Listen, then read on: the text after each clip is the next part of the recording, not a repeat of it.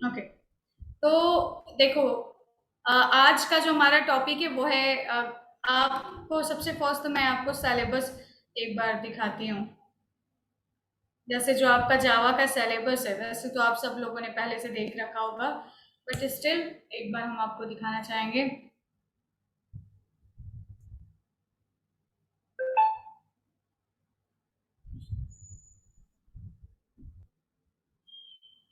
देखो, ये है हमारे जावा का सिलेबस जो हम लोगों को पढ़ना है और सारा ही इसमें से कंप्लीट करना है।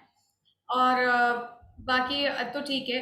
आज का जो हमारा टॉपिक है, जैसे आपने सारे टॉपिक सारे जो डेटा टाइप्स हैं, integer, float, point type, floating point type, character, Boolean, ये सारे टॉपिक्स आप लोगों ने पढ़े हैं। ऑल ऑपरेटर्स आप लोगों ने पढ़ लिया। इसके बाद हमें पढ़ना है अ, वही टेक्नोलॉजी पीएचपी की क्लास नहीं चली। ओके। तो नेक्स्ट टॉपिक जो हमें पढ़ना है वो है इटरेशन एंड जंप स्टेटमेंट। और उसके बाद आपको देखने इसमें आप एक और पढ़ चुके हैं, input using scanner class and output statement, ये आप पढ़ चुके हैं। इसमें हमें इटरेशन, जंप स्टेटमेंट और उसके बाद इफ देन एल्स क्लास ये पढ़ना है, जिसे हम कंडीशनल एक्सप्रेशंस भी कहते हैं। तो उसके बाद जब आप ये पूरा पढ़ लोगे तो आपको पढ़ना होगा लाइक स्विच केस, तो इसी का एक पार्ट है। एरे और मेथड्स, तो इतना पढ़ने के बाद आपका ये वाला टॉपिक कंप्लीट हो जाएगा। तो इतना सब कुछ हमें पढ़ना है। और इसमें आज जो हम टॉपिक स्टार्ट करने जा रहे हैं वो है, उसे आप कह सकते हो इफ देन इल्स, या फिर आप कह सकते हो उसे कंडीशनल एक्सप्रेशंस, जिसे हम कहते हैं कंट्रोल स्टेटमेंट। जैसे कि नेक्स्ट टॉपिक हमारा ये है, आप सब लोग जानते होंगे कि हम कैसे इसको यूज करते हो। बहुत इजी भी है ये पढ़ने में, आपको बिल्कुल एक बार में समझिए आ जाएगा कैसे हम इसको यूज कर रहे हैं। मैम, क्लास एंड ऑब्जेक्ट, हाँ क्लास एंड ऑब्जेक्ट बता देंगे। क्लास एंड ऑब्जेक्ट का डिफिनीशन भी हम आज आपको लिखवा देंगे। ठीक है, ठीक है, राइट करवा देंगे। अभी क्लास एंड ऑब्जेक्ट का पूरा टॉपिक भी जब स्टार्ट करेंगे, लाइक जब आपको कंस्ट्रक्टर, पॉलीमॉर्फिज्म और ये सारे टॉपिक भी जब पढ़ाएंगे तब भी एक बार क्लास एंड ऑब्जेक्ट पढ़ाएंगे। तो उसके लिए आपको परेशान होने की जरूरत नहीं है, वो आप पढ़ोगे। कल का जो प्रोग्राम रन नहीं हुआ था वो, हाँ कल का जो प्रोग्राम रन नहीं हुआ था वो भी बता देंगे कंडीशनल स्टेटमेंट का। तो देखो क्या है कि आज जो हमें पढ़ना है ये पूरा कंडीशनल स्टेटमेंट था, ऑपरेटर्स। आज जो हमको पढ़ना है वो है हमारा नेक्स्ट, पहले आज का टॉपिक हम लोग खत्म करते हैं फिर और भी पढ़ लेंगे। ओके। तो देखो, हम इसे कहते हैं कंट्रोल स्टेटमेंट। एक दिन मैंने ये लिखवाया भी था थोड़ा सा इसके बारे में, मैं देखती हूँ कहीं पे लिखवा के उसको छोड़ा था। कंडीशनल कंट्रोल स्टेटमेंट, और उसमें कई टाइप्स भी हमने लिखवाए हुए थे। कहीं दिख नहीं रहा है। तो आज का जो हमारा टॉपिक है वो है कंट्रोल स्टेटमेंट। हम इसको कहते हैं कंट्रोल स्टेटमेंट। कंट्रोल स्टेटमेंट हम इसे क्यों कहते हैं वो भी आपको बताएंगे। कंट्रोल स्टेटमेंट का मतलब होता है कि जब आप लगी हुई है।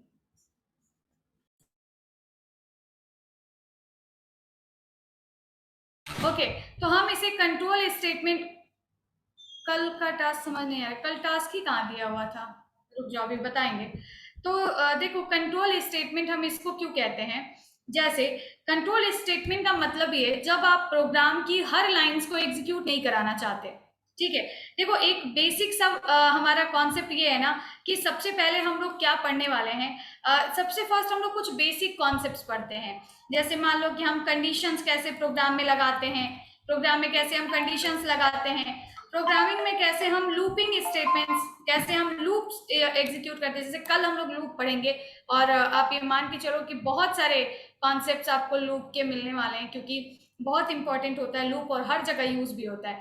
तो कंडीशंस कैसे लगाते हैं, लूप कैसे लगाते हैं, एरे हम कलेक्शन कैसे बनाते हैं डेटा टाइप्स का, और ऐसे बहुत सारे कॉन्सेप्ट्स है। स्मॉल स्मॉल मेथड्स कैसे बनाते हैं। तो ये कुछ प्रोग्राम के बेसिक, हमारे हम इसे कह सकते हैं बेसिक कॉन्सेप्ट्स हैं। ये सारे कॉन्सेप्ट्स, ये सारे कॉन्सेप्ट्स ऑब्जेक्ट ओरिएंटेड प्रोग्रामिंग के जो पिलर्स जिन्हें हम कहते हैं कि मतलब ये सारे कॉन्सेप्ट्स को तो हर प्रोग्रामिंग लैंग्वेज सपोर्ट करती है, लेकिन ऑब्जेक्ट ओरिएंटेड प्रोग्रामिंग लैंग्वेज की अगर हम बात करें तो उसके कुछ अपने भी और कॉन्सेप्ट्स हैं जो कि हमारे प्रोग्रामिंग को और इजी वे में लिखने का, प्रोग्राम्स को लिखने का, कॉल करने का, छोटा बनाने का, ये सारे जो कॉन्सेप्ट्स हैं वो प्रोवाइड करता है कौन? ऑब्जेक्ट ओरिएंटेड प्रोग्रामिंग के जो मेन पिलर्स हैं, जैसे constructor, polymorphism, abstraction, encapsulation, inheritance. तो ये सारे ऑब्जेक्ट ओरिएंटेड प्रोग्रामिंग के मेन 5 पिलर्स हैं जिन्हें सिर्फ और सिर्फ कौन सपोर्ट करता है? ऑब्जेक्ट ओरिएंटेड प्रोग्रामिंग सपोर्ट करता है। तो ये हम अभी तक जो हम लोग पढ़ रहे हैं वो बेसिक से कॉन्सेप्ट्स है जो हर प्रोग्रामिंग में यूज होते हैं, चाहे वो ऑब्जेक्ट ओरिएंटेड प्रोग्रामिंग हो चाहे वो ऑब्जेक्ट ओरिएंटेड प्रोग्रामिंग ना। जैसे एक स्टूडेंट ने कहा कल का टास्क समझ नहीं आ रहा। अच्छा, वो हम देख लेते हैं कौन सा टास्क बोल रहे हो, और आप एक बार देख के समझा दीजिएगा। ओके, ठीक है, हम देख लेते हैं अभी। 2 मिनट आप दो हमें। तो आज हम लोग पढ़ने वाले कंट्रोल स्टेटमेंट। कंट्रोल स्टेटमेंट हम उन्हें कहते हैं जब आप प्रोग्राम की हर लाइन को एग्जीक्यूट नहीं करना चाहते, उन्हें आप रोकना चाहते हैं, ब्लॉक करना चाहते हैं। तो कंट्रोल स्टेटमेंट में कई तरीके के स्टेटमेंट्स आते हैं। जैसे कंट्रोल स्टेटमेंट में सबसे फर्स्ट जो आता है वो है कंडीशनल। कंडीशंस लगा के आप प्रोग्राम को रोक सकते हैं, इन्हें हम कहते हैं कंडीशनल स्टेटमेंट्स। नेक्स्ट जो हमारा आता है उसे हम कहते हैं लूपिंग स्टेटमेंट। इसे हम एक और नाम से, अभी आप लोग लिखिएगा इसको, लूपिंग स्टेटमेंट्स। इसे हम एक और नाम से जानते हैं, किस नाम से? Iteration statements.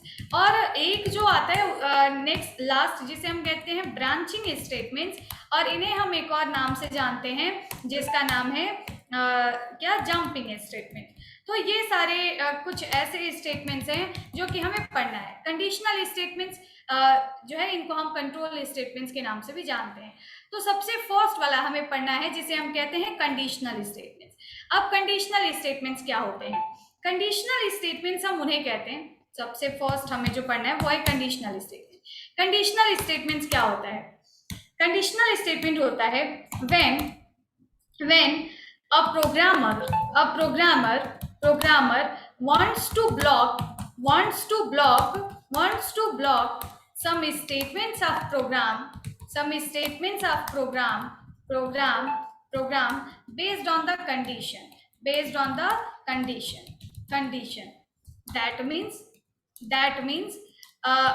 That means a block of line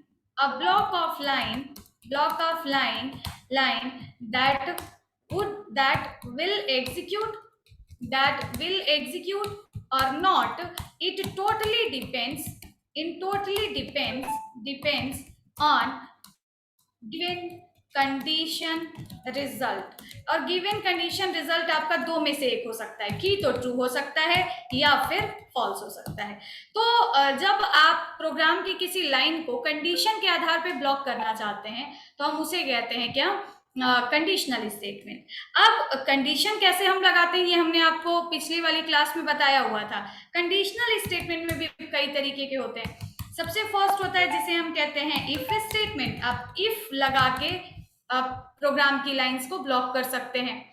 और दूसरा जो होता है इसे हम कहते हैं स्विच स्टेटमेंट। आप स्विच लगा के प्रोग्राम की लाइंस को ब्लॉक कर सकते हैं।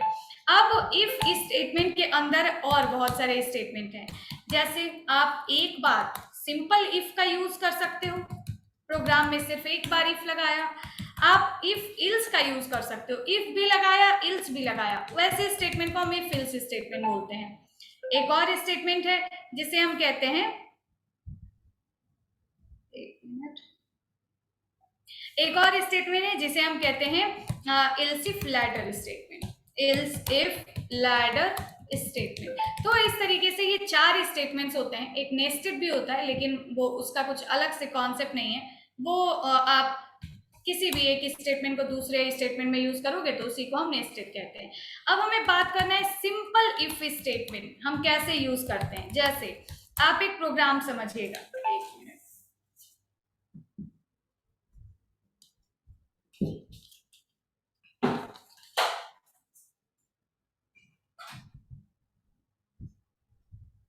जैसे मान लीजिए कि हमने एक प्रोग्राम लिखा, हमने लिखा, ये हमने एक छोटा सा कल बनाया हुआ था, चलो हम एक दूसरा बना लेते हैं। हमने एक क्लास बनाया और क्लास का हमने नाम दिया एग्जाम्पल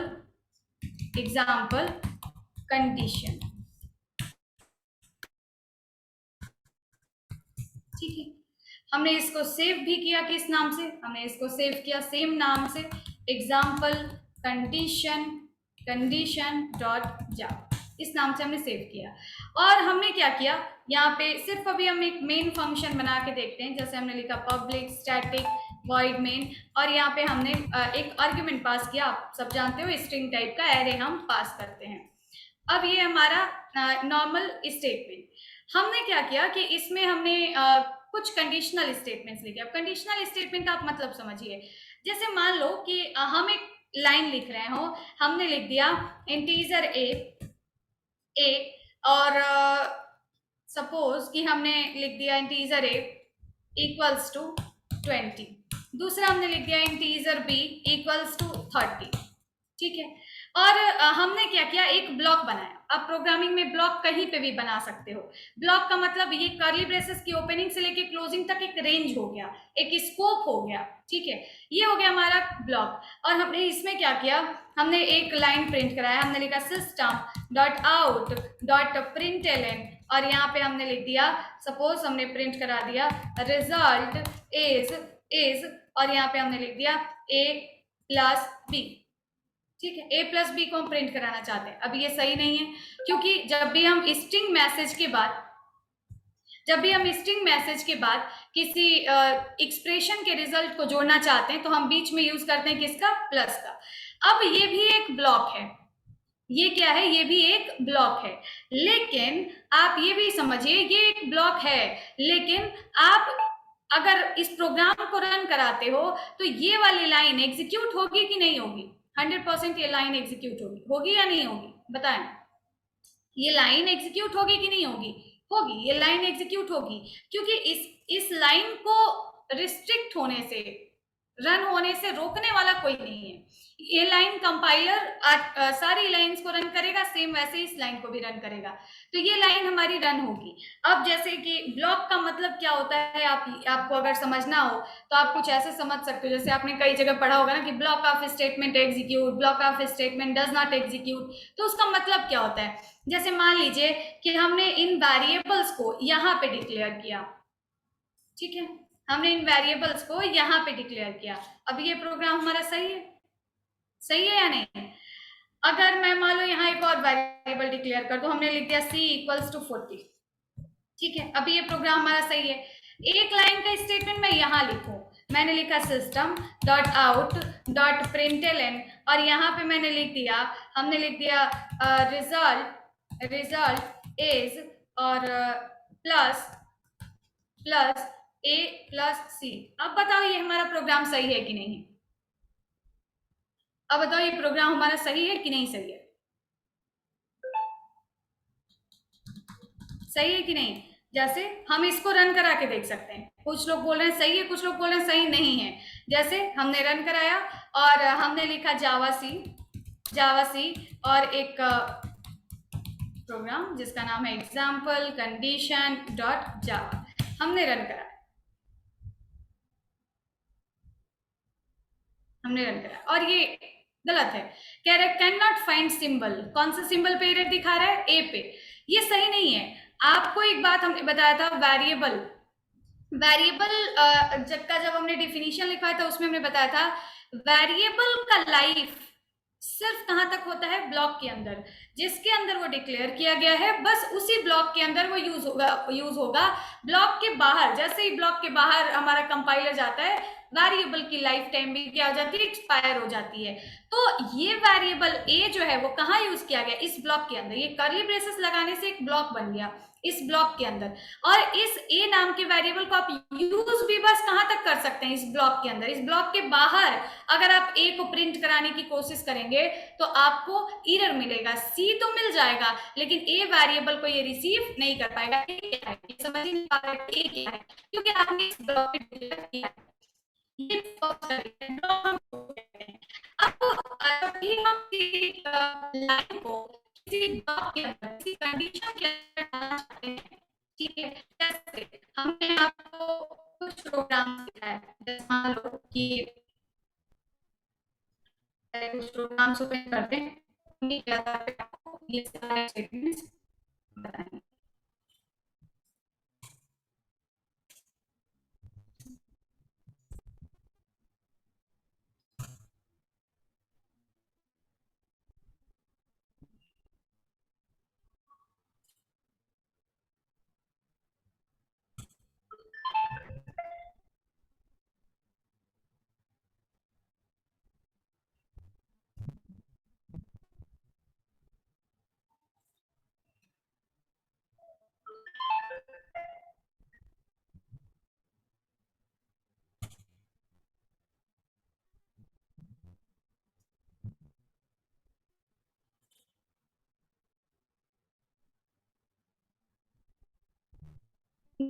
ये जैसे कि हमारे पास कुछ प्रोग्राम, हमने क्या किया, हमने एक कंडीशन लिखा, हमने लिखा कि जब ये प्रोग्राम आपको हमें दिखाएंगे जो कि हमारे पास प्रोग्राम से वैसे बहुत सारे प्रोग्राम हैं, लेकिन अभी ये सारे ही नंबर सारे प्रोग्राम जो है वो if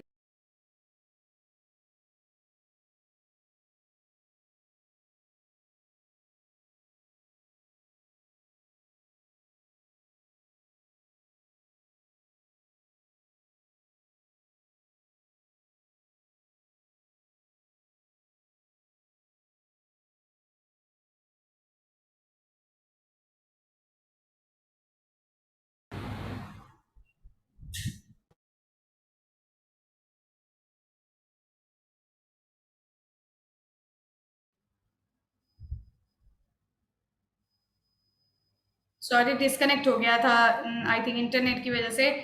अभी सही चल रहा है, सब दिख रहा है, सबको दिख रहा है, सही चल रहा है ना? रिप्लाई प्लीज, अभी सही चल रहा है?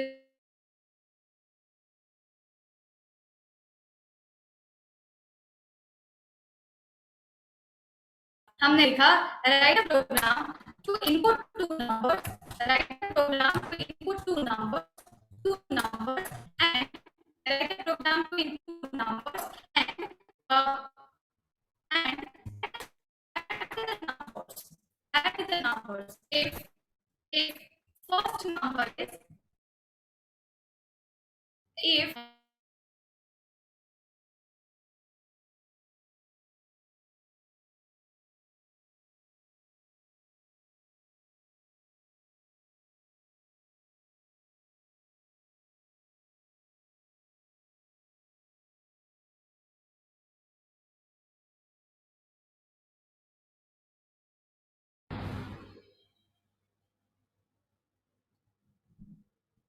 एक मिनट, प्रॉब्लम हो रही है कुछ, मैं दूसरे इंटरनेट से कनेक्ट कराती हूँ। एक मिनट एक मिनट।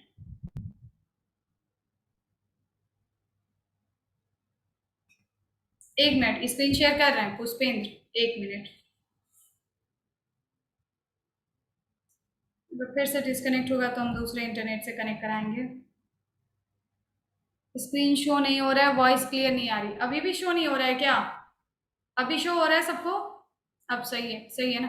ठीक है। जैसे हमने लिखा write a program to input two numbers and add the numbers if first number is positive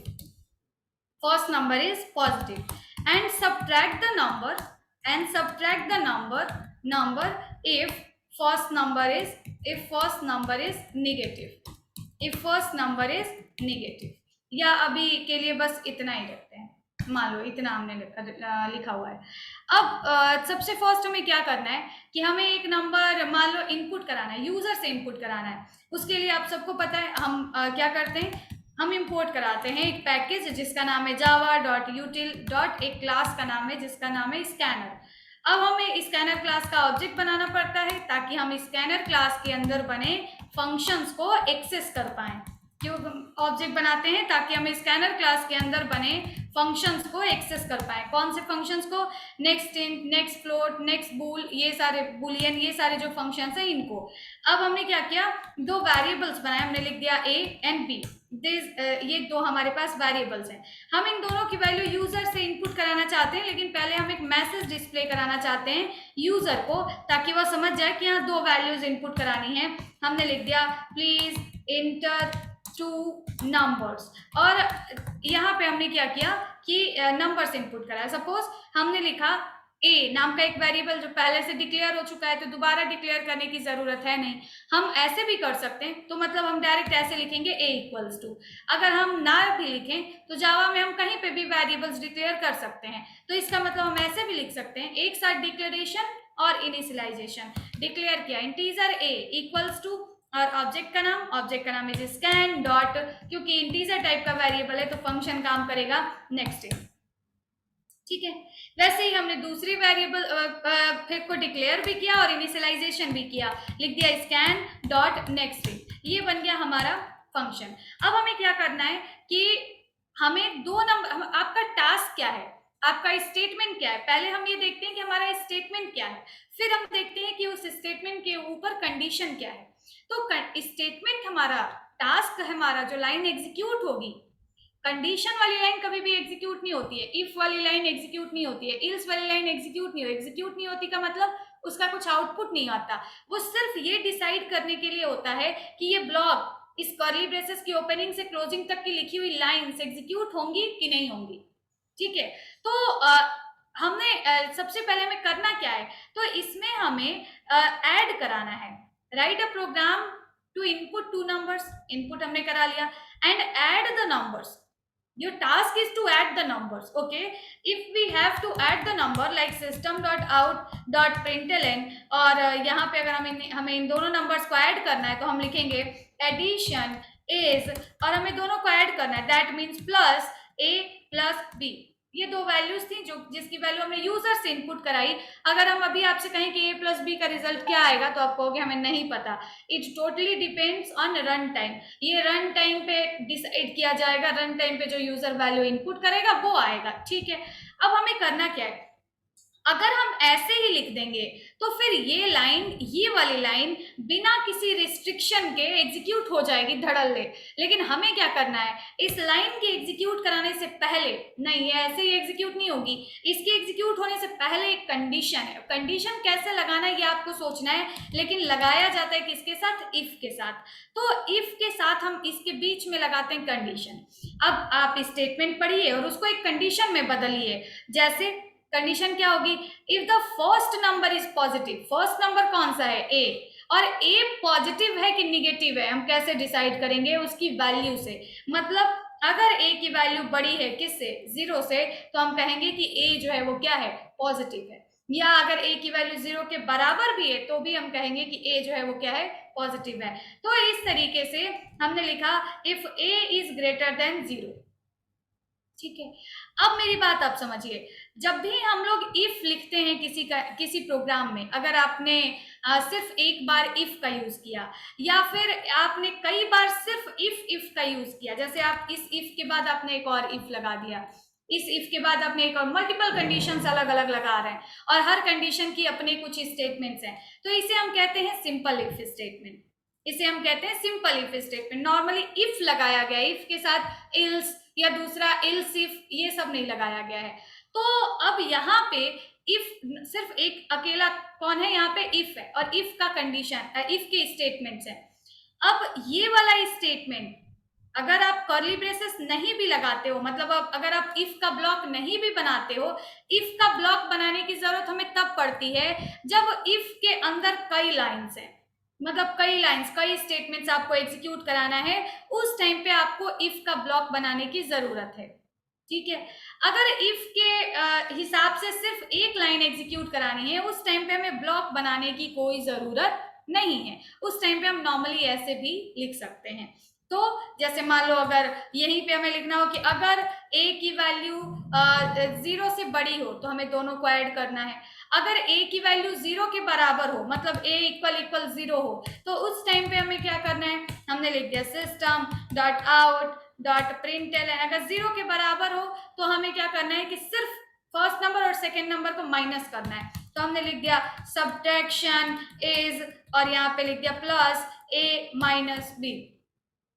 हमने लिख दिया अगर a की वैल्यू निगेटिव हो तो हमें दोनों को सब्ट्रैक्ट करना है, मतलब a की वैल्यू निगेटिव हो। निगेटिव हम कैसे पहचानेंगे, जब a की वैल्यू 0 से छोटी होगी, मतलब 0 बड़ा होगा, ऐसे भी कह सकते हैं।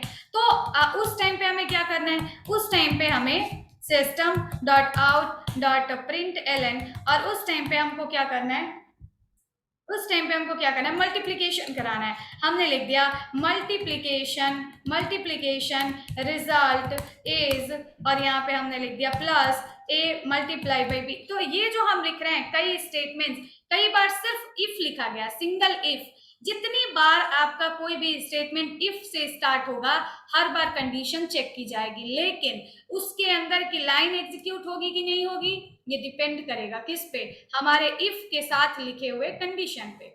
और कल मैंने बताया था जब ऑपरेटर पढ़ाया था, रिलेशनल ऑपरेटर, लॉजिकल ऑपरेटर, तो हमने बताया था कि कंडीशन क्या होता है। क्या हम यहाँ पे सिर्फ ऐसे लिख सकते हैं क्या, इफ टू, ये एक कंडीशन है, हमने लिख दिया इफ टू, क्या ये कंडीशन है, ये कंडीशन नहीं है। टू एक इंटीजर वैल्यू है और कंडीशन क्या होती है, टू जो है वो एक इंटीजर वैल्यू है और कंडीशन क्या होती है, कंडीशन एक ऐसा स्टेटमेंट होता है जिसका रिजल्ट ट्रू या फॉल्स है, मतलब बूलियन है।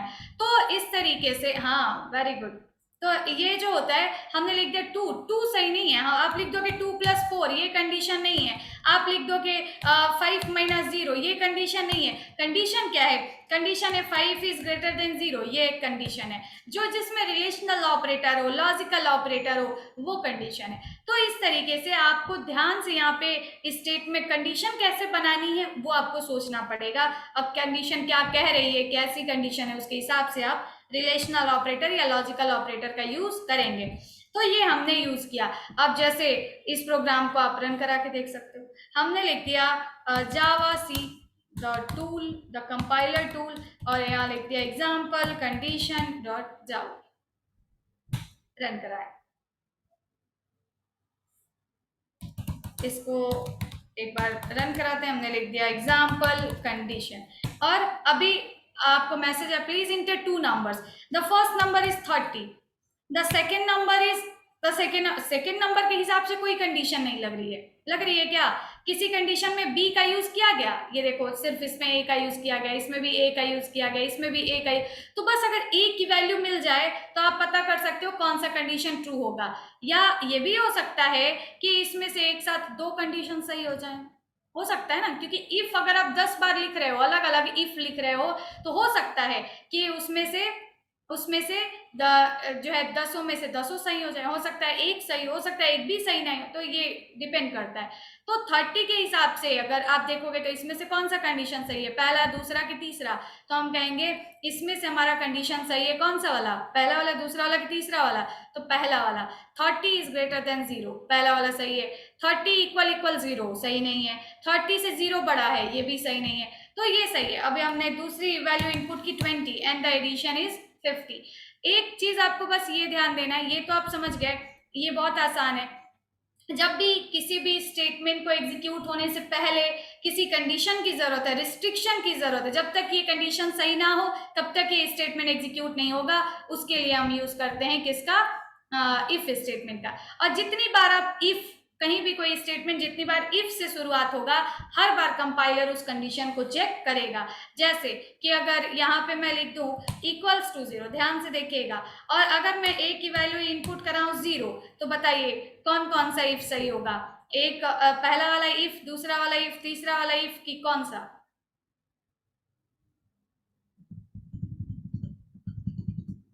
2 इफ सही होंगे। एक्चुअली मैंने अभी अभी एक बात बोली कि आप उस बात को ध्यान से सुनिए कि हाँ, कि इफ स्टेटमेंट आप जितनी बार लिखोगे उतनी बार कंपाइलर कंडीशन को चेक करेगा।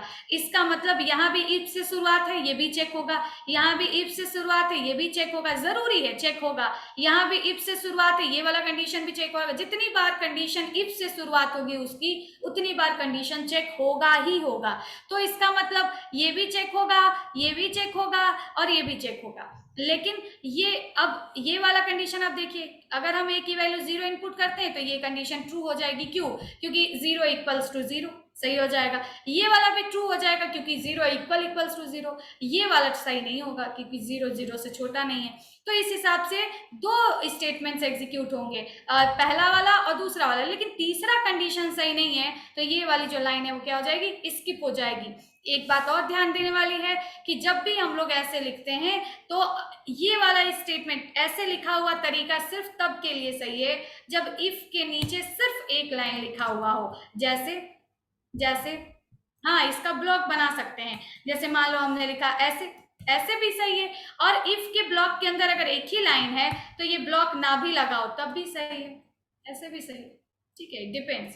तो ये है हमारा इफ स्टेटमेंट, जिसे हम पहला सिंपल इफ स्टेटमेंट कहते हैं। मतलब सिर्फ और सिर्फ इफ का यूज किया गया हो, इफ के साथ और कोई दूसरा कीवर्ड यूज नहीं किया गया हो। तो पहला स्टेटमेंट कंडीशनल स्टेटमेंट में आपने पढ़ा सिंपल इफ स्टेटमेंट। ओके, ऐसे। अब सिंपल इफ स्टेटमेंट हम किसको कहते हैं? ये आपके एग्जाम्स में भी अक्सर कंडीशनल, लूपिंग ये पूछ देता है। तो हम किसे कहते हैं? तो यहाँ पे आपको लिखने की जरूरत है सिंपल इफ स्टेटमेंट। एक मिनट, इसको क्रॉस करते हैं।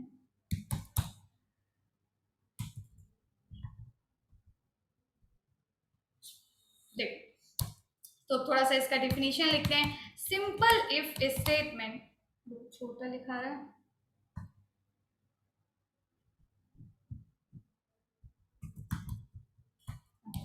Simple if statement is a statement where condition starts from if keyword. Condition starts from if keyword, and and and if statement is used, कब यूज होता है ये? when you wants to block the execution of number of lines, या कह सकते हो number of lines या number of instructions या number of statements।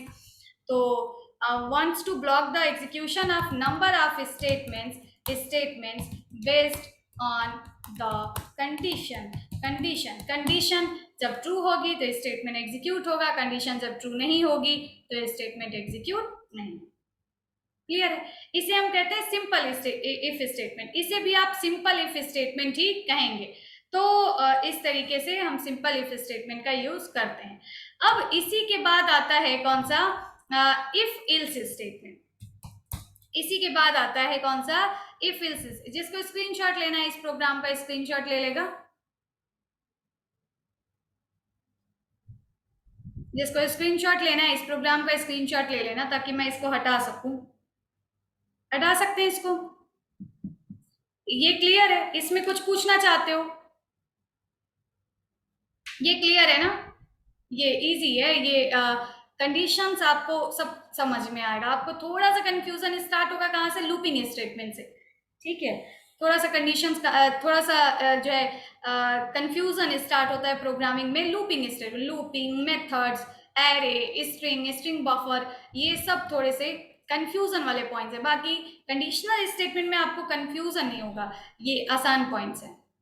ठीक है, तो मेरे प्रोग्राम क्लास के लास्ट में, हाँ ठीक है। अब जैसे नेक्स्ट हमें पढ़ना है इफ इल्स स्टेटमेंट। देखो, इफ इल्स स्टेटमेंट क्या होता है कि मैं आपको इसी प्रोग्राम में बताऊं कि जब भी, अब यहाँ पे आप देख रहे हो कि ये आपने एक कंडीशन दिया, ठीक है, ये आपने एक कंडीशन दिया। तो अगर ये वाली कंडीशन आपकी ट्रू हुई, जो भी कंडीशन है, अभी ये कंडीशन ट्रू होगी कि नहीं होगी ये अभी हम कुछ नहीं कह सकते, क्योंकि इसमें एक हमने वेरिएबल यूज किया है जिस वेरिएबल की वैल्यू हमें कब पता चलेगी? रन टाइम पे। तो जब प्रोग्राम रन होगा तब हम बताएंगे कि ये कंडीशन ट्रू होगी कि फॉल्स होगी। तो ये कंडीशन जब ट्रू होगी तब तो ये लाइन एग्जीक्यूट होगा, लेकिन जब ये कंडीशन फॉल्स होगी तब क्या एग्जीक्यूट होगा? तब तो कुछ एग्जीक्यूट नहीं होगा। वैसे ही इस कंडीशन के साथ भी, जब ये कंडीशन ट्रू होगी तब तो एक लाइन एग्जीक्यूट होगी, लेकिन जब ये कंडीशन फॉल्स होगा तब कौन सी लाइन एग्जीक्यूट होगी? तब तो, क्योंकि एक कंडीशन ट्रू भी हो सकता है, फॉल्स भी हो सकता है। वैसे ही इस कंडीशन के साथ भी है, ये जब ट्रू होगा तब तो ये इसके नीचे लिखी हुई लाइन एग्जीक्यूट होगी, लेकिन जब ये फॉल्स होगा तब क्या होगा? तब तो कुछ नहीं होगा, ये लाइन एग्जीक्यूट नहीं होगी, स्किप हो जाएगी। तो जब जहां कहीं भी आपका कोई भी स्टेटमेंट इफ से शुरू होता है कंडीशन हमेशा किसके बाद लगाया जाता है? इफ कीवर्ड के बाद। ये आप ध्यान रखिएगा। प्रोग्राम को पहले लिखते कैसे ये हमें समझना पड़ेगा, रूल क्या क्या है ये समझना पड़ेगा। तो जो है आप कंडीशन हमेशा लगा सकते हो किसके बाद? इफ लिखने के बाद। इल्स लिखने के बाद आप कंडीशन नहीं लगा सकते। तो इफ लिखने के बाद हम हमेशा कंडीशन लगाते हैं, लेकिन जब आप क्या करना चाहते हो, जो भी कंडीशन इफ से शुरू होता है उसके साथ जब भी ये कंडीशन गलत हो जाती है तो हमारा कंपाइलर हमेशा ढूंढता है किसको? इल्स स्टेटमेंट को। हमेशा ढूंढता है किसको? इल्स स्टेटमेंट को। अगर कंडीशन सही हो गई तब तो यहाँ किसी की जरूरत नहीं है, लेकिन जैसे ही कंडीशन गलत हो गई तो वैसे ही हमारा कंपाइलर ढूंढने लगेगा किसको? इल्स स्टेटमेंट को। क्या इस इफ के साथ कोई इल्स भी था? अगर वो इल्स नहीं मिलेगा तब फिर कुछ नहीं होगा, अगर इल्स मिलेगा तो इल्स एग्जीक्यूट होगा। इस बात को आप बस ध्यान में रखिएगा। जैसे हमने एग्जीक्यूट ए की वैल्यू दे दिया 0, बी की वैल्यू दे दिया 20 और दोनों आया, एडिशन भी आया और सब्ट्रैक्शन भी आया। तो इस तरीके से जब भी हम प्रोग्राम में कंडीशन लगाते हैं, वो लाइन जो इफ से शुरू हो रही है, तो कंपाइलर हमेशा एक इल्स स्टेटमेंट को खोजता है। कब? जब ये कंडीशन गलत हो जाती है तब। मतलब कि ये एक अलग स्टेटमेंट है, हमने लिख दिया इल्स, और इल्स के बाद हमने लिख दिया system dot out dot println, और यहाँ पे हमने लिख दिया सपोज हमने लिख दिया हेलो। ठीक है, अब मुझे ये बताइएगा, क्या हम यहाँ एक बार और इल्स लगा सकते हैं? क्या हम यहाँ पे एक बार और इल्स स्टेटमेंट लगा सकते हैं? System dot out dot print और यहाँ पे मैं लिख दूं हेलो वर्ल्ड। बताओ, क्या हम यहाँ एक बार और इल्स लगा सकते हैं? तो आप नहीं लगा सकते, आप नहीं लगा सकते। एक इफ के साथ हमेशा एक ही इल्स स्टेटमेंट यूज होता है और इसके कुछ रूल्स हैं। पहला रूल तो ये है, एक इफ के बाद हमेशा एक ही इल्स यूज होगा। दूसरा रूल आपका ये कहता है कि इफ और इल्स के ब्लॉक के बीच में दूसरी कोई लाइन नहीं होनी चाहिए। जैसे कि अगर मैं बोलूं इफ के बाद आपने कोई कर्ली ब्रेसेस नहीं लगाया तो इफ का ब्लॉक खत्म हो गया कहाँ पे? अगर आपने इफ के बाद कोई कर्ली ब्रेसेस नहीं लगाया तो इफ का ब्लॉक खत्म हो गया कहाँ पे? एक लाइन के बाद। इफ का ब्लॉक खत्म हो गया कहाँ पे?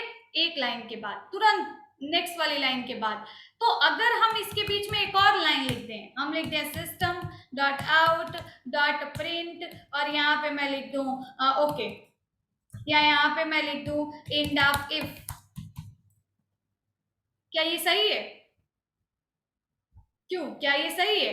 ये बिल्कुल सही नहीं है, ये बिल्कुल सही नहीं है।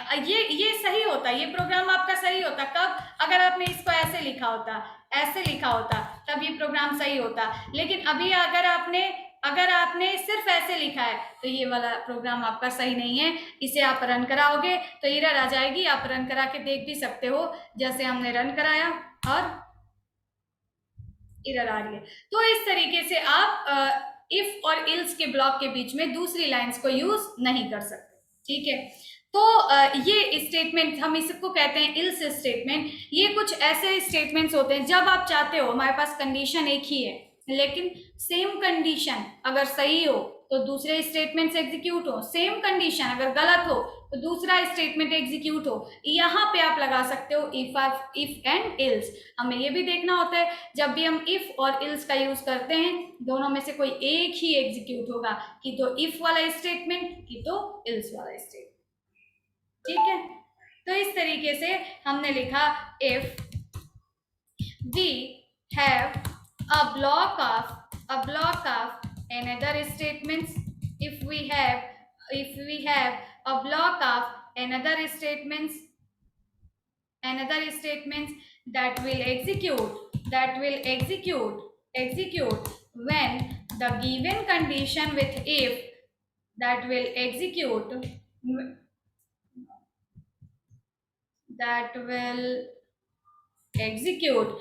the given condition with if is false.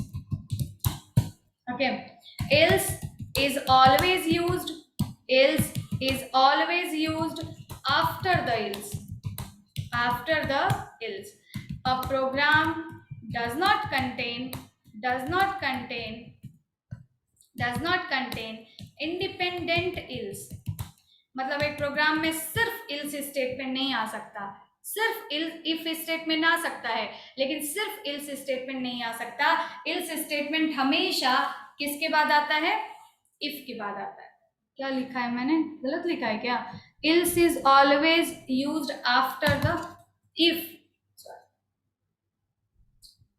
हाँ आफ्टर द इफ, हाँ after the if.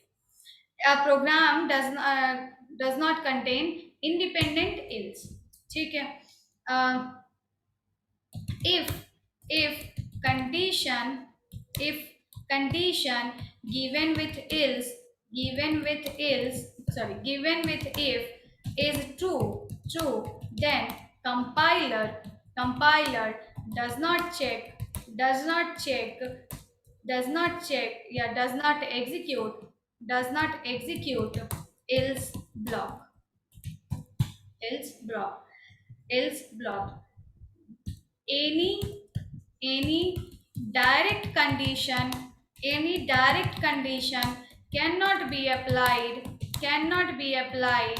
after else keyword, ठीक है। अगर आप सोचो कि यहाँ हम डायरेक्ट इल्स के बाद कोई ऐसे करके कंडीशन लगा दें, ऐसे करके कंडीशन लगा दें, तो ये करना गलत होगा। इल्स के बाद प्रिंट कराना जरूरी है? नहीं, बिल्कुल नहीं। इल्स के बाद कुछ लिखना, इसका ब्लॉक बनाना जरूरी है, क्योंकि आप इल्स लिख ही रहे हो इस वजह से, क्योंकि आपको दूसरा स्टेटमेंट एग्जीक्यूट कराना है, तो इल्स के बाद कुछ लिखना जरूरी है। अब कोई भी स्टेटमेंट लिख दो, a इक्वल्स टू बी भी एक स्टेटमेंट है, a इक्वल्स टू 0 भी एक स्टेटमेंट है, a multiply by b divide by 100 और इसको हमने स्टोर कर लिया c वेरिएबल में, ये भी एक स्टेटमेंट है। तो कोई ना कोई स्टेटमेंट लिखना पड़ेगा, बाकी आप कुछ भी लिखो। अगर कोई स्टेटमेंट नहीं है तो ऐसे खाली इल्स नहीं लिख सकते हो, तब इल्स भी हटा दो, तो लिखने का क्या मतलब, समझे? तो इस तरीके से हम इसका यूज करते हैं। अब बहुत सारे स्टेटमेंट्स हैं, एक नहीं बहुत सारे स्टेटमेंट्स हैं जो कि आप यूज कर सकते हो। कहाँ पे? If ills. सबको ये पॉइंट समझ में आए इफ इल्स के? क्यों इफ इल्स के सब जो है सारे पॉइंट समझ आए सबको? किसी को कोई कंफ्यूजन? क्लियर है क्या ये?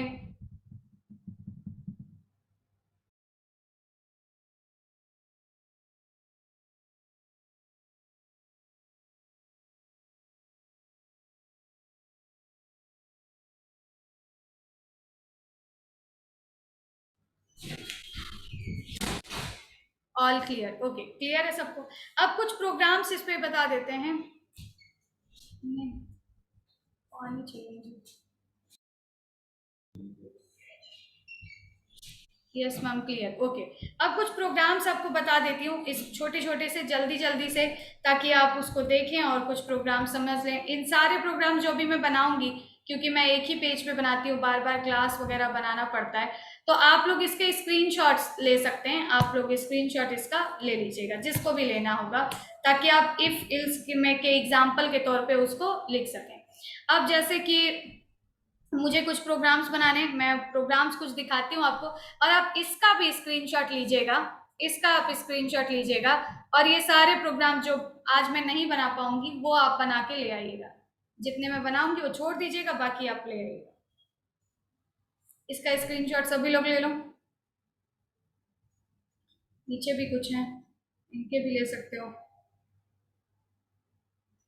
ठीक है। तो देखो, जैसे मान लो हमें एक प्रोग्राम बनाना है, हमने, अब मैं जल्दी जल्दी कुछ प्रोग्राम्स बनाऊंगी, वो आप लोग देखिएगा। जैसे हमने एक प्रोग्राम लिखा, हमने लिखा write a program to check a given number is even or odd, ठीक है। अ गिवन नंबर सिर्फ एक है, वो इवन हो सकता है, वो ऑड हो सकता है। कंडीशन क्या है इवन होने का, कंडीशन क्या है ऑड होने का। अब आप सिर्फ देखते रहिएगा, और 2-3 प्रोग्राम्स हम लोग देखेंगे अभी। स्कैनर, हमने इसमें एक जो है पास कर दिया पैरामीटर। आप लोग ध्यान से देखिए, क्योंकि ये बार बार लिखने से आपको समझ आएगा। सिर्फ एक नंबर की हमें जरूरत है, हमने लिख दिया integer number equals two variable scanner class का ऑब्जेक्ट नाम है उसका sc डॉट, हमने दे दिया नेक्स्ट इंट, और यहाँ पे हमने इसके पहले एक मैसेज दे दिया, हमने लिख दिया system dot out dot println और यहाँ पे हमने लिख दिया, हाँ यहाँ पे हमने लिख दिया कि enter a number to check even or odd. ठीक है, अब हमने क्या किया, नंबर है, हम प्रिंट करा सकते हैं directly, system dot out dot print, और हम डायरेक्ट प्रिंट करा सकते हैं नंबर इज इवन। लेकिन नहीं भाई साहब, आप डायरेक्ट प्रिंट मत कराइए, ऐसे आप लिख दोगे तो number is even her bar print होने लगेगा। लेकिन हर बार जरूरी नहीं है कि नंबर इवन हो, it depends on a condition. Number even होना चाहिए। इवन होने का मतलब क्या है, इवन होने का मतलब होता है पहले आप नंबर को 2 से डिवाइड करिए, फिर आप चेक करिए क्या रिमाइंडर कितना आया। अगर रिमाइंडर बराबर है 0 के, इसका मतलब कि नंबर इवन है, अगर नहीं तो नंबर इवन नहीं है। अब नंबर को किसी से डिवाइड करके जब भी रिमाइंडर चेक करना होता है तो हम बीच में मॉड्यूलर डिवीजन लगाते हैं, मतलब नंबर को मॉड्यूलर डिवाइड करेंगे किससे, 2 से, और हम चेक करेंगे कि ये 0 के बराबर आया कि नहीं आया। तो 0 के बराबर आया कि नहीं, इसके लिए हमें डबल टाइम इक्वल लगाना पड़ता है। जब दो वैल्यूज को आपस में चेक करना हो कि बराबर है कि नहीं, तो डबल टाइम इक्वल लगाते हैं, लिख दिया 0। ये होगी हमारी कंडीशन। अगर ये कंडीशन ट्रू है तो फिर हमारे पास दूसरा स्टेटमेंट है क्या, नंबर इज इवन। अगर यही वाली कंडीशन एक ही है, दो कंडीशन नहीं है, कंडीशन एक ही है, अगर यही कंडीशन फॉल्स है तो हमारे पास दूसरा स्टेटमेंट है नंबर इज ऑड। तो इस तरीके से हमारा ये प्रोग्राम रन होगा। जैसे हमने लिख दिया if number divided by modular divided by 0 equal आ जाए किसके, 0 के।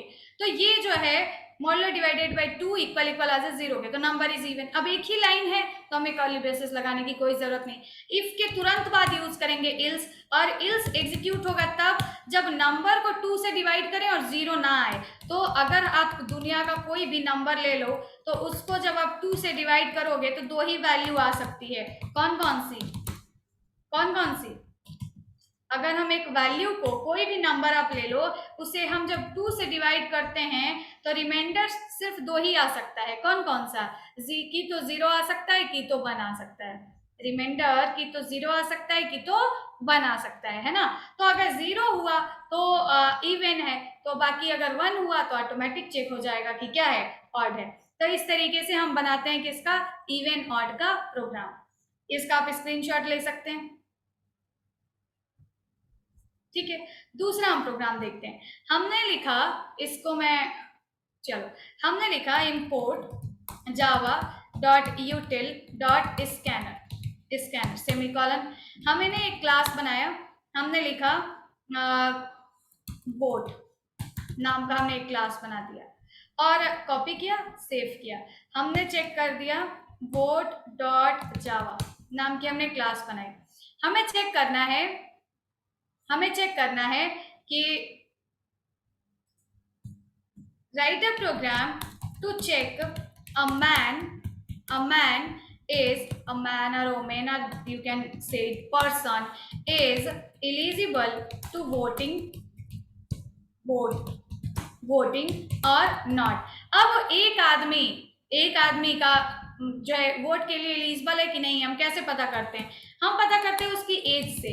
तो हमें पता करना पड़ेगा यहाँ उसकी एज। अब एज को हमें यूजर से इनपुट कराना पड़ेगा। हमने लिखा, ठीक है, दिस इज द एज। अब हमने लिखा यहाँ पे वैल्यू हमें सबसे पहले इनपुट करानी है, हमें स्कैनर क्लास का ऑब्जेक्ट फिर से बनाना पड़ेगा, इक्वल्स टू न्यू स्कैनर। यहाँ पे हमने लिख दिया सिस्टम डॉट इनपुट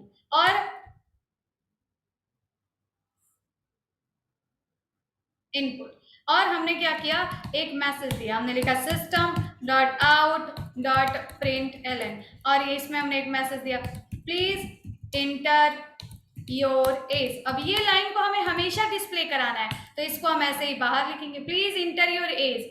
और उसके बाद हमें करना क्या है, एज को इनपुट कराना है। हमने एक इंटीजर टाइप का वेरिएबल बना लिया, एज इंटीजर टाइप का बनाया, फ्लोट टाइप की बनाने की कोई जरूरत नहीं। हमने लिखा इंटीजर टाइप और लिख दिया sc डॉट नेक्स्ट इंट। ये वैल्यू इनपुट हो गई, एज में वैल्यू मिल गई, कुछ ना कुछ तो आ रहा होगा, ये कंफर्म है। अब इसके बाद आप बताइए, अगर एज एक पर्सन हमें अगर प्रिंट कराना हो ये वाली लाइन, आप पहले लाइन सोचिए, स्टेटमेंट सोचिए, और फिर सोचिए इस स्टेटमेंट को प्रिंट कराने के ऊपर कंडीशन क्या है। अगर हमें प्रिंट कराना है yes you are eligible for voting, अगर हमें ये प्रिंट कराना है तो इसके ऊपर कंडीशन क्या होगी? ये लाइन प्रिंट कराने के ऊपर एक कंडीशन ये होगी कि हमेशा एज वेरिएबल की वैल्यू स्टोर है एज वेरिएबल में, तो एज वेरिएबल की वैल्यू बड़ी भी हो सकती है, सिर्फ 18 नहीं। अगर आप लिख दोगे एज इक्वल इक्वल 18, तो सिर्फ ये मैसेज तभी प्रिंट करेगा जब 18 साल का हो, मतलब 18 इनपुट किया गया हो। नो, बड़ा भी हो सकता है 18 से और बराबर भी हो सकता है 18 के, तो हमने ये प्रिंट करा दिया। इसके अलावा चाहे जो कुछ आए, 18 के नीचे जो भी आए, माइनस में आए या जो भी 17 आए, 16 आए, -2 आए, तो उन सब के लिए बस एक ही मैसेज है हमारे पास, क्या? हमने लिख दिया system dot out dot println, और यहाँ हमने लिख दिया no, you are not eligible right now. ये इस तरीके से हम यूज करते हैं किसका? इफ और इल्स का। तो आपको कुछ पॉइंट्स बस ध्यान रखने हैं। इफ और इल्स के बीच में सिर्फ इफ का ब्लॉक होना चाहिए, उसके जस्ट बाद इल्स का यूज होना चाहिए बीच में, और दूसरी कोई लाइन नहीं आनी चाहिए। इल्स के बाद किसी कंडीशन की जरूरत नहीं होती। इल्स हमेशा डिपेंड करता है इफ के साथ दी हुई कंडीशन का। एक इफ के साथ एक ही इल्स विदाउट कंडीशन आप यूज कर सकते हो। तो इस तरीके से हम यूज करते हैं किसका? इफ इल्स स्टेटमेंट का। सबको क्लियर है?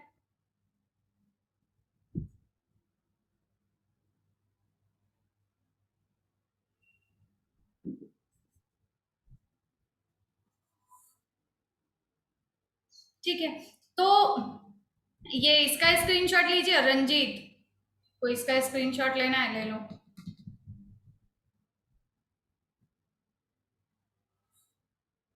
ठीक है, अब नेक्स्ट जैसे अब हमें क्या करना है कि आपको बस, हाँ एक स्टूडेंट ने बोला बस कंडीशन बनाने आना चाहिए। हाँ, जैसे आप कोई भी लाइन पढ़िए, उसके लिए क्या कंडीशन होगा, कैसे उसको लिखा जाएगा, कौन सा सिंबल लगाया जाएगा, कौन सा सिंबल मतलब ऑपरेटर, ये आपको आना चाहिए बस। उसके बाद आप कंडीशन और स्टेटमेंट आराम से लिख सकते हैं। स्टेटमेंट लिखना उतना टफ नहीं है, कंडीशन लिखना थोड़ा टफ है, जब आप खुद से लिखोगे तब। अब हमें नेक्स्ट, तो इफ इल्स स्टेटमेंट का हम इसलिए यूज करते हैं जब भी आपको सेम कंडीशन एक ही होगी इफ इल्स के केस में, उसी कंडीशन के ट्रू होने पे दूसरा स्टेटमेंट और उसी कंडीशन के फॉल्स होने पे अदर से हमने एक ब्लॉक बनाया हुआ है वो वाले स्टेटमेंट्स। तो यहाँ पे मैं इसको पेस्ट कर देती हूँ। तीसरा जो हमारे पास स्टेटमेंट है जिसे हम कहते हैं लैडर इल्स इफ स्टेटमेंट, या कई तरीके का आप इसका नाम सुनोगे, आपने जो सुना होगा। ठीक है, अब लैडर इल्स इफ स्टेटमेंट क्या होता है? जैसे देखो कि अगर ये कंपाइलर, सबसे पहले आपको कुछ बातें देखोगे, इसको देख के ही समझ जाओगे, ये वाला स्टेटमेंट मतलब इल्स वाला स्टेटमेंट कब एग्जीक्यूट होगा? सिर्फ एक ही केस में, अगर ये वाला फॉल्स हो जाए तब। ये वाला फॉल्स हो जाएगा तो क्या कंपाइलर फिर दूसरा कोई कंडीशन चेक करेगा? नहीं, कोई कंडीशन चेक नहीं करेगा, बिना दूसरे किसी कंडीशन के ये रन हो जाएगा। लेकिन लैडर इल्स इफ स्टेटमेंट का यूज क्यों करते हैं हम? लैडर इल्स इफ स्टेटमेंट का हम यूज करते हैं when we have to write when we have to write another condition, when we have to execute, ऐसे कर दो, when we have to check next condition when if condition is false, then ladder else if statement is used। मतलब अभी आपने लिखा if के बाद आपने लगाया कंडीशन, आपने बना दिया यहाँ पे ब्लॉक, ये इसको हम कहते हैं इसका सिंटैक्स। इफ के बाद आपने लगाया कंडीशन के आधार पे आपने एग्जीक्यूट करा दिया स्टेटमेंट्स। ठीक है, अब जैसे ही ये वाले कंडीशन फॉल्स हुई, आपने तुरंत इसके बाद लगा दिया इल्स, और आपने इल्स का भी बना दिया ब्लॉक, और इस ब्लॉक में आपने लिख दिया 1 लाइन 2 लाइन 10 लाइन के स्टेटमेंट्स, ठीक है। लेकिन जब आप इस इफ के गलत होने पे, इस इफ के गलत होने पे आपके पास दूसरी कंडीशन फिर से आ जाए, मतलब आपके पास कई कंडीशंस है, इफ इस वाले इफ के गलत होने पे आपके पास दूसरी और कंडीशंस बैठी है, भाई ये चेक कर लो, ऐसा कुछ है, तो उस टाइम पे आप सिर्फ इल्स लिखने के बजाय इल्स के साथ कंडीशन लगाते हो। और मैंने एक बात बहुत आपको बताई थी पते की, कि कभी भी कोई कंडीशन इल्स के बाद तुरंत नहीं लिखी जाती, इफ के बाद लिखी जाती है। तो यहाँ पे हम पहले इल्स लिखते हैं और फिर इफ लिख के और यहाँ पे लगाते हैं कंडीशन। जब आप एक कंडीशन के गलत होने पे आपके पास दूसरी नेक्स्ट कंडीशन हो, तो आप उस टाइम पे यूज करोगे इल्स इफ का, और इसी हम स्टैंडर्ड को कहते हैं लैडर इल्स इफ स्टेटमेंट। मतलब एक कंडीशन गलत हुई तो हमारे पास दूसरी कंडीशन है, दूसरी गलत हुई हमारे पास तीसरी कंडीशन है, तीसरी गलत हुई हमारे पास चौथी कंडीशन है। तो इस तरीके से हम लोग क्या करते हैं, लैडर इल्स इफ स्टेटमेंट का यूज करते हैं, ठीक है। जैसे कि आपने मान लीजिए आपने CUET का एग्जाम दिया, ठीक है, मान लीजिए आपने CUET का एग्जाम दिया, मान लीजिए आपने जेई मेंस का एग्जाम दिया, 100 नंबर का होता है, ठीक है। आप चेक करिए इसमें पहली कंडीशन मैं IIT में एडमिशन लेना चाहता हूँ, मैं एडमिशन लेना चाहता हूँ किसमें, IIT में। भाई आपका नंबर 90 होना चाहिए, ठीक है, आपका नंबर 90 से 100 के बीच में होना चाहिए, ये है IIT में एडमिशन ले पाओगे। चलो अगर IIT में एडमिशन हो गया तो बाकी उसके बाद वाला कुछ भी चेक करने की जरूरत ही नहीं है, सबको हटाओ। अगर हमारे पास अब दूसरी कंडीशन, अगर IIT में एडमिशन नहीं हुआ तो ये सोचने वाली बात है, तो फिर से नंबर चेक करो, क्या इस नंबर 80 प्लस है, मतलब 80 से 90 के बीच में है। अगर 80 से 90 के बीच में है तो उस टाइम पे हम सपोज हम NITs लेना चाहते हैं, हमने लिख दिया हम NITs लेना चाहते हैं, ठीक है। अब बात आती है, अगर ठीक है हमारा नंबर 90 से 100 के बीच में तो नहीं था, 80 से 90 के बीच में भी नहीं है, अब क्या होगा, तो 80 से 90 के बीच में नहीं है तो हमारे पास दूसरी कंडीशन है, क्या आपका नंबर 60 प्लस है, मतलब 60 से 80 के बीच में है, तो आपको गवर्नमेंट बीटेक कॉलेजेस मिल जाएंगे, आपको गवर्नमेंट बीटेक कॉलेजेस मिल जाएंगे लेवल 1 के, जिसे हम टायर 1 कहते हैं, टायर 1 का बीटेक कॉलेज मिल जाएगा, टायर 1 का बीटेक कॉलेज मिल जाएगा। अगर आपका नंबर अब मैंने कहा कि भाई ठीक है टायर 1 अगर मिल गया तो अभी बाकी चेक करने की जरूरत ही नहीं है। अब हमने कहा कि नहीं हमारा 60 से भी कम है, मतलब 0 से लेके 60 के बीच में हो, तो हम आपको कहेंगे कि आपको प्राइवेट कॉलेजेस ट्राई करने चाहिए बीटेक के, मतलब private BTech colleges.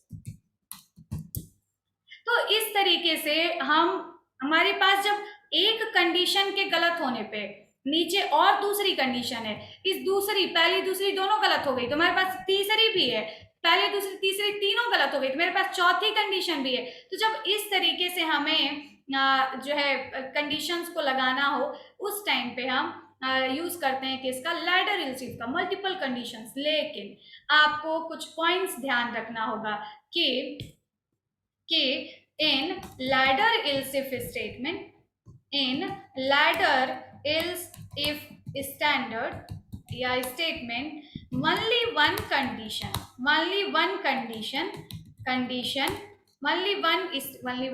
in only one block of statement will execute।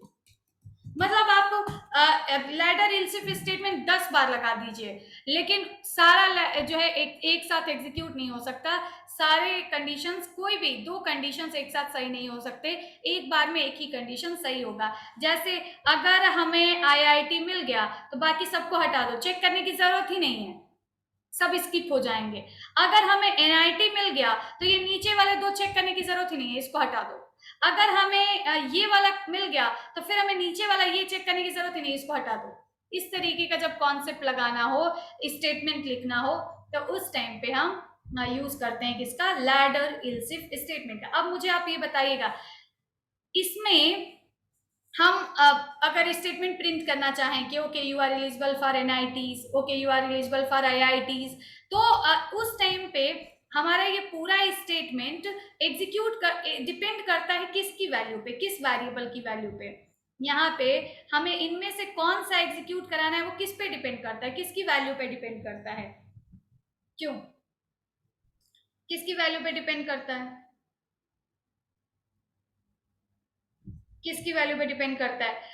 तो हमारी वैल्यू ये डिपेंड करता है मार्क्स पे, मार्क्स जिसे हम कह सकते हैं, स्कोर कह सकते हैं, या जो भी हम परसेंटाइल कहते हैं इसको। तो ये डिपेंड करता है मान लो इस पे।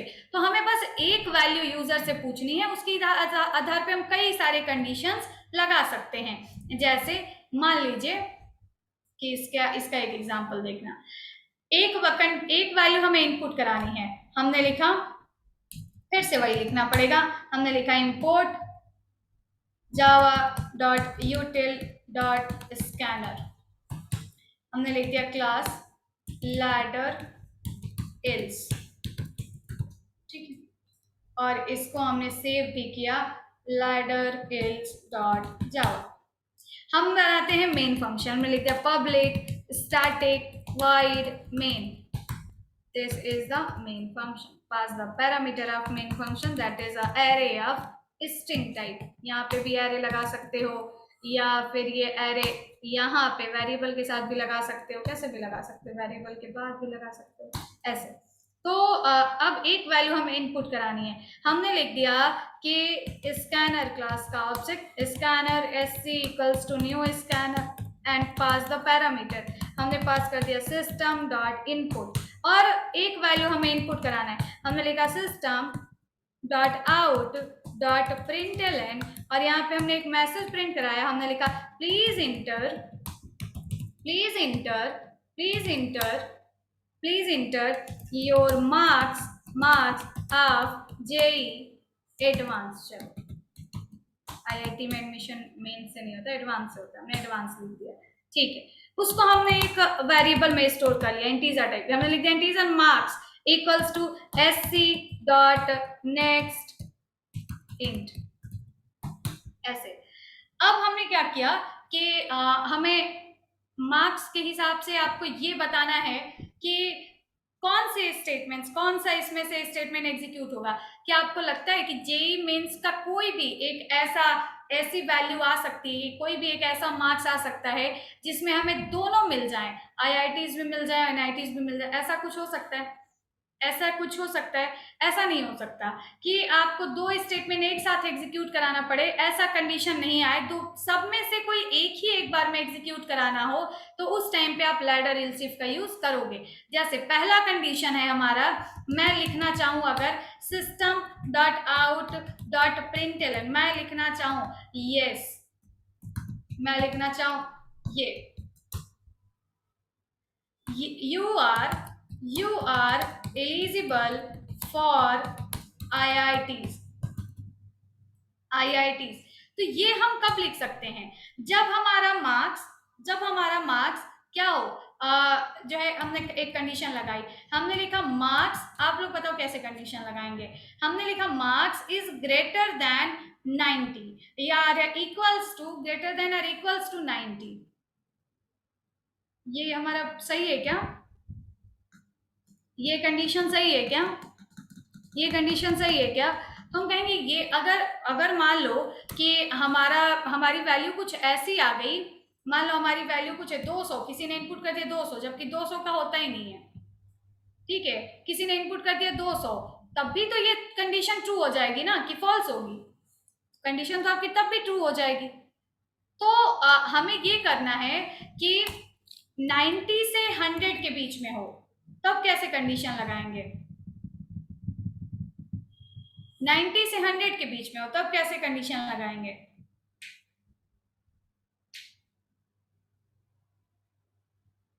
तो दो कंडीशंस को हमें एक साथ जोड़ना है ना। जब भी हमें दो कंडीशंस को एक साथ जोड़ना हो तो उस टाइम पे हम बीच में यूज करते हैं लॉजिकल ऑपरेटर का। जब आपको खास तौर से जब रेंज दिखाना हो, इस रेंज से लेके इस वैल्यू से लेके इस वैल्यू तक, तो हम बीच में यूज करते हैं एंड ऑपरेटर का। जब भी रेंज दिखाना होता है तो हम यूज करते हैं किस ऑपरेटर का? एंड ऑपरेटर का। तो दो कंडीशंस होंगी यहाँ पे। पहली कंडीशन ये कहेगी कि मार्क्स 90 से बड़ा या 90 के बराबर होना चाहिए, और बीच में हम लगाएंगे एंड, और फिर हमें रेंज दिखाना है कि ये 100 तक ही होना चाहिए, 100 से ज्यादा नहीं होना चाहिए। तो हम उस टाइम पे यूज करेंगे less than or equals to, किसके, 100 से, मतलब 90 से बड़ा या बराबर हो और 100 से बराबर या छोटा हो। तो ये हो गया एक रेंज, इसको हम कहते हैं रेंज, जो रेंज कहाँ से कहाँ तक है, 90 से लेके 100 तक। क्लियर है सबको? अगर बात, फिर से बात वही आती है, अगर आपको सिर्फ एक ही लाइन का स्टेटमेंट लिखना हो तो आप यहाँ पे जो है कर्ली ब्रेसेस लगाइए, ना लगाइए कोई दिक्कत नहीं है। अगर कई लाइन्स हो, इस कंडीशन के ट्रू होने पे कई लाइन्स एग्जीक्यूट करानी हो तो बिल्कुल कर्ली ब्रेसेस लगाइए। अब बात आती है, हमने लिखा नहीं, हमारे पास दूसरी कंडीशन है, अगर मान लो 90 से 100 के बीच में हुआ तब तो वेरी गुड, लेकिन ऐसा भी तो कोई टाइम आएगा ना जबकि 90 से 100 के बीच में नहीं होगा, तब क्या होगा उस टाइम पे? तो उस टाइम पे हमारे पास अभी दूसरी कंडीशन है, हमारी कंडीशन कहती है इल्स इफ। अब आप लगाओगे इल्स इफ, तो हमने लिखा इल्स इफ, और दूसरी कंडीशन हमारी कह रही है कि जो है मार्क्स हमारा 90, ओके 80 टू 90, 80 टू 90 नहीं, 80 टू 89। अब बताओ ये कंडीशन, फिर से दूसरा कंडीशन 80 टू 89, इसको कैसे दिखाएंगे? 80 से 89 के बीच में होना चाहिए। तो फिर से वही बात आती है, marks is greater than or equals to 80 and marks is less than or equals to 89। तो उस टाइम पे हमने फिर से प्रिंट करा दिया system dot out dot println, और यहाँ पे हमने लिख दिया यस यू आर एलिजिबल, लिख दिया you can get admission in NITs।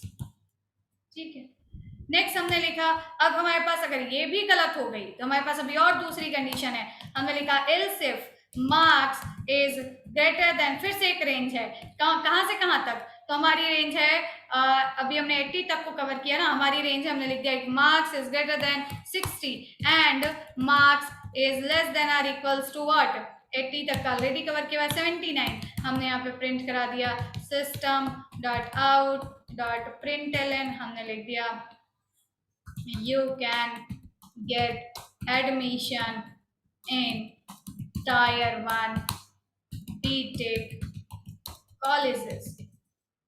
yes, अब बताओ हमारी कंडीशंस हमारे पास है 90 से 100 तक हमारे पास है, 80 से 89 तक हमारे पास है, 60 से 79 हमारे पास है। ठीक है, अब जैसे मान लो कि हमारी वैल्यू, मार्क्स की वैल्यू किसी ने इनपुट कर दिया 102, तब क्या है, कोई कंडीशन सही नहीं है। किसी ने इनपुट कर दिया 20, उस टाइम पे क्या आएगा, कोई कंडीशन सही नहीं है।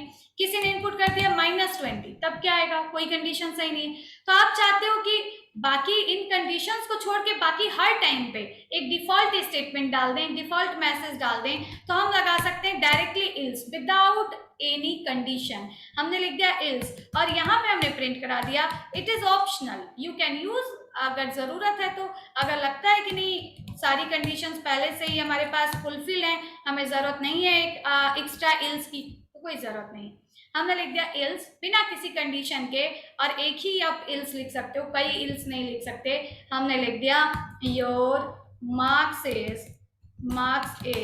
A lower, try any private colleges. समझ आया सबको? ये सारी कंडीशन से एक बात आपको ध्यान रखने की जरूरत है, ये पूरे ब्लॉक को हम एक स्टैंडर्ड कोडिंग स्टैंडर्ड कहेंगे जिसे हम कहते हैं ills if, ladder ills if statement. तो ये लैडर इल्स इफ स्टेटमेंट के केस में, तो ये लैडर इल्स इफ स्टेटमेंट के केस में अगर हमारी कोई भी ऊपर वाली कंडीशंस लाइक ये वाला कंडीशन अगर ट्रू हो गया तो ये पूरे स्टेटमेंट्स स्किप हो जाएंगे, एग्जीक्यूट नहीं होंगे।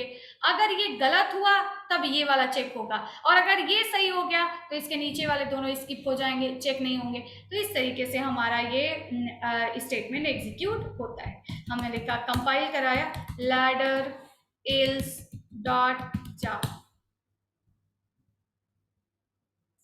जावा ladder else, please enter your JEE advance. हमने लिख दिया सपोज 60, हमने लिख दिया सपोज 95, तो you can check you are eligible for IITs।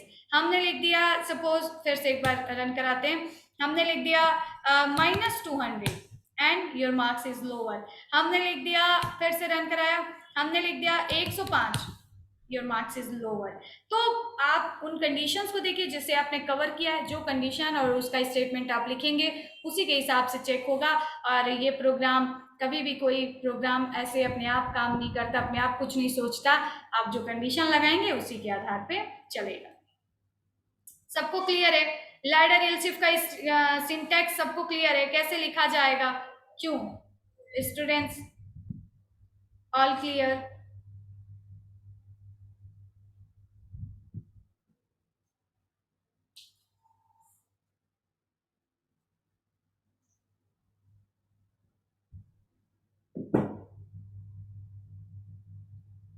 Okay.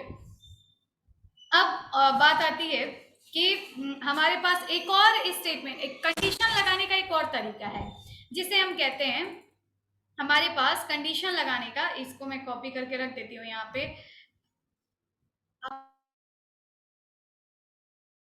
कराएंगे तो ये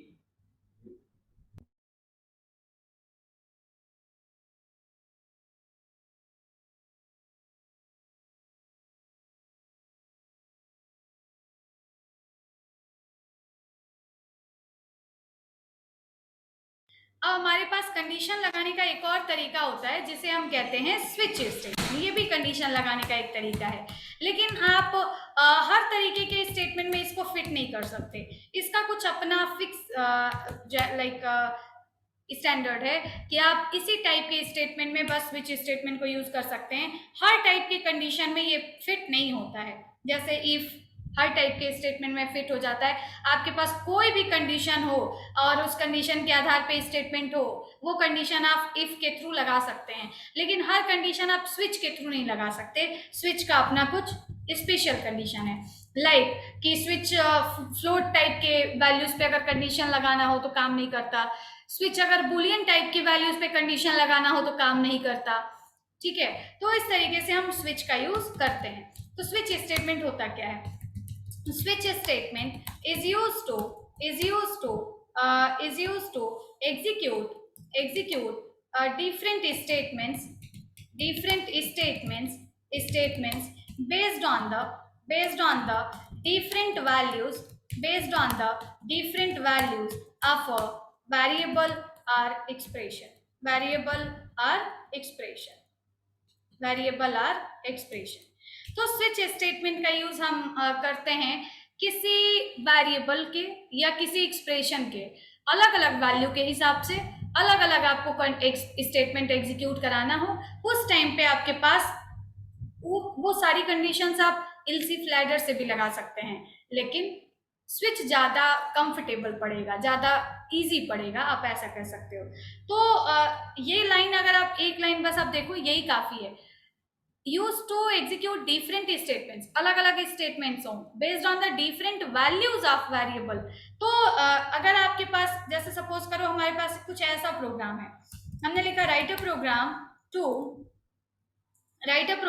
टू इनपुट वीक या हमने लिख दिया input day number of week and print the name of week. इसका मतलब हम ये कहेंगे कि यहाँ पे अलग अलग वैल्यूज होंगी। जैसे अगर कौन से वीक का कौन सा डे चल रहा है, उसका नंबर क्या है, हमने कहा फर्स्ट डे चल रहा है तो हम आसानी से ये कह सकते हैं कि संडे है। हमने कह दिया अगर सेकेंड डे चल रहा है तो हम आसानी से कह सकते हैं कि मंडे है। हमने कहा अगर थर्ड डे चल रहा है तो हम कह सकते हैं ट्यूसडे है। हमने कहा अगर फोर्थ डे चल रहा है तो आसानी से हम कह सकते हैं कि वेडनेसडे है। तो इस तरीके से हमारे पास वेरिएबल, ये सारी जो अलग अलग वैल्यूज आ रही हैं, इसे हम एक वेरिएबल में रख सकते हैं और इस वेरिएबल की अलग अलग वैल्यूज के हिसाब से अलग अलग स्टेटमेंट्स हैं। संडे है, मंडे है, ट्यूसडे है। तो इसका दो तरीका है। पहला तो ये तरीका है कि आप कौन सा डे नंबर चल रहा है, आप इसे एक वेरिएबल में स्टोर करा लीजिए। ठीक है, और इसके हिसाब से आप इसी को लैडर एलसिफ से भी लगा सकते हैं। लैडर एलसिफ से भी आप इसको लगा सकते हैं। जैसे पहला condition, if day number equals to 1, तो हमने प्रिंट करा दिया कि system.out.println, हमने प्रिंट करा दिया क्या, हमने प्रिंट करा दिया इट्स संडे। अब दूसरी कंडीशन, अगर 1 नहीं है तो इल्स इफ हमारे पास दूसरा है, हमने लिख दिया if day number equals to 2, तो हमने प्रिंट करा दिया कि इट्स मंडे, ये ऐसे डबल इन्वर्टेड में हमने डाल दिया मंडे। और ऐसे ही कंडीशन कितनी बार लिखनी पड़ेगी, ऐसे ही कंडीशन कितनी बार लिखनी पड़ेगी, 7 बार, या आप कह सकते हो 8 बार। 7 बार वैल्यूज प्रिंट कराएंगे, एक बार इल्स डाल के, और बाकी दूसरी कोई वैल्यू आ गई तो उसके लिए एक डिफॉल्ट मैसेज प्रिंट कराएंगे। सबको क्लियर है? ये सबको समझ आ रहा है? क्यों ये सबको समझ आ रहा है? ये कैसे हम लगाएंगे, ये सबको समझ आ रहा है? ये प्रोग्राम आप बनाइएगा, आपका टास्क रहेगा।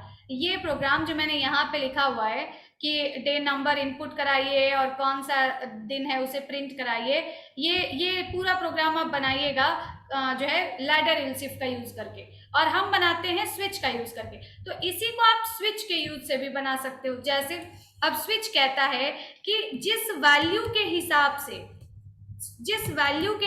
से आपको कंडीशन लगानी, जिस वेरिएबल की वैल्यू पे आपको कंडीशन लगाना है, या जिस वेरिएबल एक्सप्रेशन का मतलब कुछ जोड़ घटा के एक वैल्यू आ रही है, उस पे अगर आपको कुछ कंडीशन लगाना है तो आप उसे स्विच के अंदर पास कर दीजिए। मतलब देख रहे हो कि बार बार कंडीशन किस वेरिएबल के हिसाब से लग रहा है, डे नंबर के हिसाब से, तो आप डे नंबर को स्विच के साथ पास कर दीजिए। और आप मल्टीपल केस बना सकते हैं। हम लिखते हैं बार बार केस और उसके आगे लिखते हैं वैल्यू, और फिर हम लिखते हैं स्टेटमेंट। अब जब ये पूरा स्टेटमेंट कंप्लीट हो जाएगा तो हम लगाते हैं ब्रेक। और वैसे ही कई बार हम लिखते हैं केस, फिर केस के बाद वैल्यू, फिर वैल्यू के बाद स्टेटमेंट, और फिर स्टेटमेंट के बाद जब खत्म हो जाता है स्टेटमेंट तो लगाते हैं ब्रेक। फिर लिखते हैं केस के बाद वैल्यू, फिर उसके बाद कॉलन लगा के हम लिखते हैं यहाँ पे स्टेटमेंट्स, और जब ये स्टेटमेंट खत्म हो जाता है तो हम लगाते हैं ब्रेक।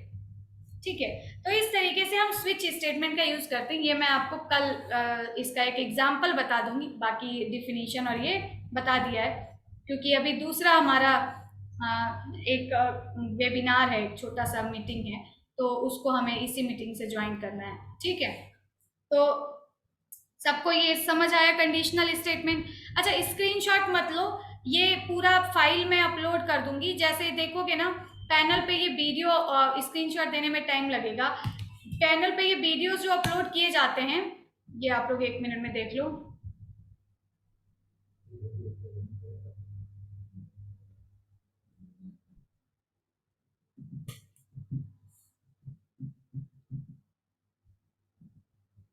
ओके, ओपन नहीं हो रहा है यार।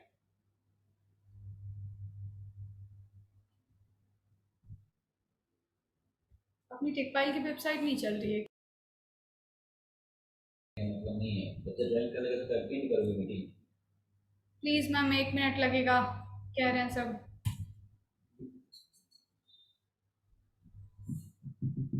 टेकफाइल की वेबसाइट क्यों नहीं चल रही है?